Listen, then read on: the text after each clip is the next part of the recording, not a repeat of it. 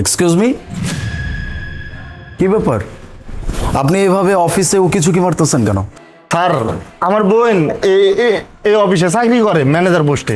আপনার বোন এই অফিসে জব করে? নাম কি আপনার বোনের? আমার বোন মোনা। মুনা? মুনা আপনার বোন? তাহলে এখানে দাঁড়াচ্ছেন কেন? ভিতরে চলেন, গিয়ে দেখা করেন। না না না না সাহেব, ভেতরে যাইতে পারবো না। ভেতরে গেলে আমার বোনের মান সম্মান সব নষ্ট হয়ে যাবে।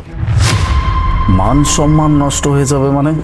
আসলে হয়েছিল কি স্যার, আমি আমার বোনের টাকা দিতে আইছিলাম। আমি যা কামাই করি বছর গেলে অর্ধেক টাকা আমার বোনের দিই। তো আমি ভাবলাম কি বোনের লগে দেখা করেও আসি, কিছু টাকাও দিয়ে আসি, এই জন্য আইসি। তাই আমি ভেতরে যাইতে পারবো না, আমার বোন আউক, আমি দেখা করে তারপরে চলে যাবো নি। আচ্ছা ঠিক আছে, তাহলে আমি এক কাজ করি, আপনার বোনকে কল করে এখানে আসতে বলুন। না না স্যার, ফোন দেন না স্যার। ইটস ওকে, আমি দেখতেছি। হ্যালো মিস মুনা, আপনি একটু কাইন্ডলি বাইরে আসবেন, গেটের বাইরে। হ্যাঁ ওকে। হ্যাঁ স্যার বলুন। তুই তুই আবার আসছিস? তোকে আমি কতবার করে বলছিলাম যে তুই আমার অফিসে আসবি না, তবুও তুই চলে আসছিস। তুই কেন আসছিস তুই জানিস না? তুই আসলে আমার সমস্যা, যা এখান থেকে। বোন যাইতেছি, আমি আসলে টাকা দিতে আইছিলাম।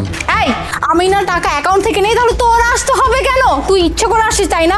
দেখ, তোকে যদি কেউ দেখে ফেলে তাহলে কিন্তু আমার মান সম্মান থাকবে না। তুই দাঁড়িয়ে আছিস কেন? যা না এখান থেকে। বোন আমি ব্যাংকে গিয়েছিলাম, ব্যাংকের কি জানি ওই যে কয় সার্ভার ডাউন না কি জানি, এই জন্য আমি টাকাটা দিতে পারি না। এই জন্য আমি নিজে আইছি টাকাটা দেওয়ানোর লেগা। আর তোর সাথেও তো আমার অনেক প্রায় 2 বছর ধরে দেখা নাই, ভাবলাম যে টাকাটা দিয়ে আসি, তোর সাথে দেখা হয়ে যাব।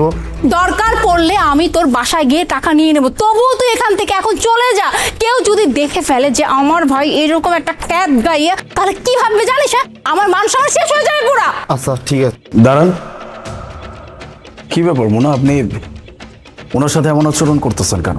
স্যার, আপনি নিজেই দেখতে পাচ্ছেন ওর অবস্থা কি। কি সব ড্রেস পরেছে, লুঙ্গি, ছেঁড়া শার্ট, এরকম একটা গাইয়ে খ্যাত। আমার ভাই এইটা যদি এই সোসাইটির মানুষ, অফিসের মানুষ জানে, তাহলে আমার কি অবস্থা হবে, যে আমার রেপুটেশন কোথায় গিয়ে নামবে। ওকে আমি বারবার করে বলছি তুই এখানে আসবি না, তুই শহরের কালচার সম্পর্কে জানিস না, এখানকার সাথে তোর যায় না, তবুও বুঝলো ও ইচ্ছা করে এখানে আসে যাতে করে মানুষ নষ্ট করতে পারে। আচ্ছা, আপনারা ফ্যামিলি মেম্বার কতজন? স্যার, আমাদের ফ্যামিলিতে আমি আর ও ছাড়া কেউ নেই, মানে আমরা 2 ভাই বোনই। আপনি আর আপনার ভাই? এক্স্যাক্টলি, এটাই আন্দাজ করতেছিলাম। আমাকে একটা কথা বলবেন, এই যে আপনার ভাই যদি আপনার পাশে না দাঁড়াইতো, তাহলে আজকে আপনার অবস্থা কোন জায়গায় থাকতো? আপনি এত বড় একটা অফিসে জব করতে পারতেন। আপনি যে আপনার মান সম্মান নিয়ে কথা বলতেছেন, সেই মান সম্মান আপনার কখনো ক্রিয়েট হইতো? আমি যতটুকু আন্দাজ করতে পারতেছি, আজকে আপনার এই অবস্থানে আসার পেছনে যদি কারো হাত থাকে, তাহলে সেটা আপনার ভাইয়ের। আপনার ভাই আমাকে একটু আগেও কি বলছে জানেন? উনি এখানে আসছে শুধুমাত্র আপনার সাথে দেখা করার জন্য। টাকা দেওয়া তো শুধুমাত্র একটা ওসিলা। এই টাকা আজকে নয়তো কালকে অবশ্যই পাঠাইতে পারতো। এখানে আসার অন্যতম কারণ হচ্ছে আপনার সাথে তার দেখা করা। সে আমাকে এটাই বলতেছিল, অনেকদিন যাবত আপনাকে দেখে না, আপনাকে দেখার তার অনেক ইচ্ছা জাগছিল, এজন্য টাকাটাও দিতে আসছে, আপনার সাথে দেখাও করতে আসছে। আসলে ব্যাপারটা কোন জায়গায় জানেন? ওই যে বললেন না যে আপনারা ফ্যামিলি মেম্বার মাত্র 2 জন, আপনার বাবা মাকে আপনি পান নাই, এই জন্য বাবা মার কাছ থেকে যে কিছু নৈতিক শিক্ষা আমরা পেয়ে থাকি, সেটা আপনি পান নাই। আপনার ভাইয়ের অবস্থা এরকম বলে আপনি তাকে অপমান করতেছেন। আজকে আপনার মান সম্মানে লেগে যাচ্ছে। মনে হচ্ছে যে এরকম একটা গেও ভূত যদি আপনার অফিসে যায়, আপনার স্টাফরা যদি তাকে দেখে, তাহলে আপনার মান সম্মান থাকবে না। বাহ, কত সুন্দর বিচার। আর কি যেন বলছেন যে ও শহরের কোনো পরিবেশ বোঝে না। হতেই পারে, একটা মানুষ গ্রাম থেকে উঠে আসলে সে শহরের পরিবেশ বুঝবে না, এটা খুবই স্বাভাবিক। সে এরকম পোশাক আশাক পরে আসছে বা সে এভাবে কথা বলতেছে, তার মানে এই না যে আপনি তার পরিচয় গোপন করবেন। এতটুকু মাথায় রাখবেন, রক্তের সম্পর্ককে যে মানুষ অস্বীকার করে, সে কোনো মানুষের কাতারেই পড়ে না। আর এরকম মানুষ আমার অফিসে জব করবে, এটা তো আমিও মানতে পারবো। স্যার, আমি রিয়েলি সরি স্যার। আপনি যদি আজকে আমাকে এভাবে না বোঝাতেন, হয়তো আমি কখনোই বুঝতাম না। আমি সত্যি আমার ভাইটার প্রতি অনেক অন্যায় করে ফেলছি।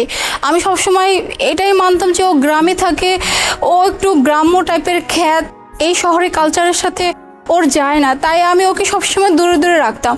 আমি কখনোই না ওকে আমার কাছে আসতে দিতাম না। আমি বলতাম তুই আসলে আমার মান সম্মান চলে যাবে, আমার স্ট্যাটাস চলে যাবে, কিন্তু এটা কখনোই ভাবিনি ও তো আমার ভাই, ওরও তো ইচ্ছা হয় বোনের কাছে আসতে, কিন্তু আমি আমার ভালোবাসা থেকে ওকে অনেক দূরে রাখছি। যাই হোক স্যার, আমি না আজকে বুঝতে পারছি আমি আর আজকে পর থেকে আমার ভাইয়ের সাথে কখনো এরকম দুর্ব্যবহার করব না। আর ভাই তুই আমাকে মাফ করে দিস, আমি তোর সাথে এ যাবৎকাল অনেক অন্যায় করছি, অনেক দুর্ব্যবহার করছি, কখনোই আমার কাছে তোকে আসতে দিন, এমনকি অনেকের কাছে পরিচয় পর্যন্ত দেই নাই যে তুই আমার ভাই। কিন্তু আজকের পর থেকে আমি এমনটা কখনো করব না, তুই আমাকে প্লিজ মাফ করে দিস। না না বোন, মাপ চাইতে হইব না। আমার অফিসে যদি আপনার জব করতেই হয় তাহলে আপনার জন্য, শুধুমাত্র আপনার জন্য একটা শর্ত আছে, আর সেটা হচ্ছে আপনি আপনার ভাইকে যদি মেনে না নেন তাহলে আমি আপনাকে আমার অফিসে রাখতে পারবো না। স্যার আপনি যদি আমাকে জব থেকে বের করেও দিতেন তাহলে আমি আমার ভাইকে এভাবে মেনে নিতাম, কারণ আজকের পর থেকে আমি আমার ভাইকে কখনোই আমার থেকে দূরে সরাবো না। That's good. তাহলে এক কাজ করেন, আজকে আর আপনার কোনো ডিউটি করতে হবে না, আপনি চলে যান। আপনার ভাই যেহেতু অনেকদিন পরে আসছে, দুই ভাই বোন মিলে একসাথে পুরো শহরটা ঘুরে দেখবেন। Thank you sir. আই চল।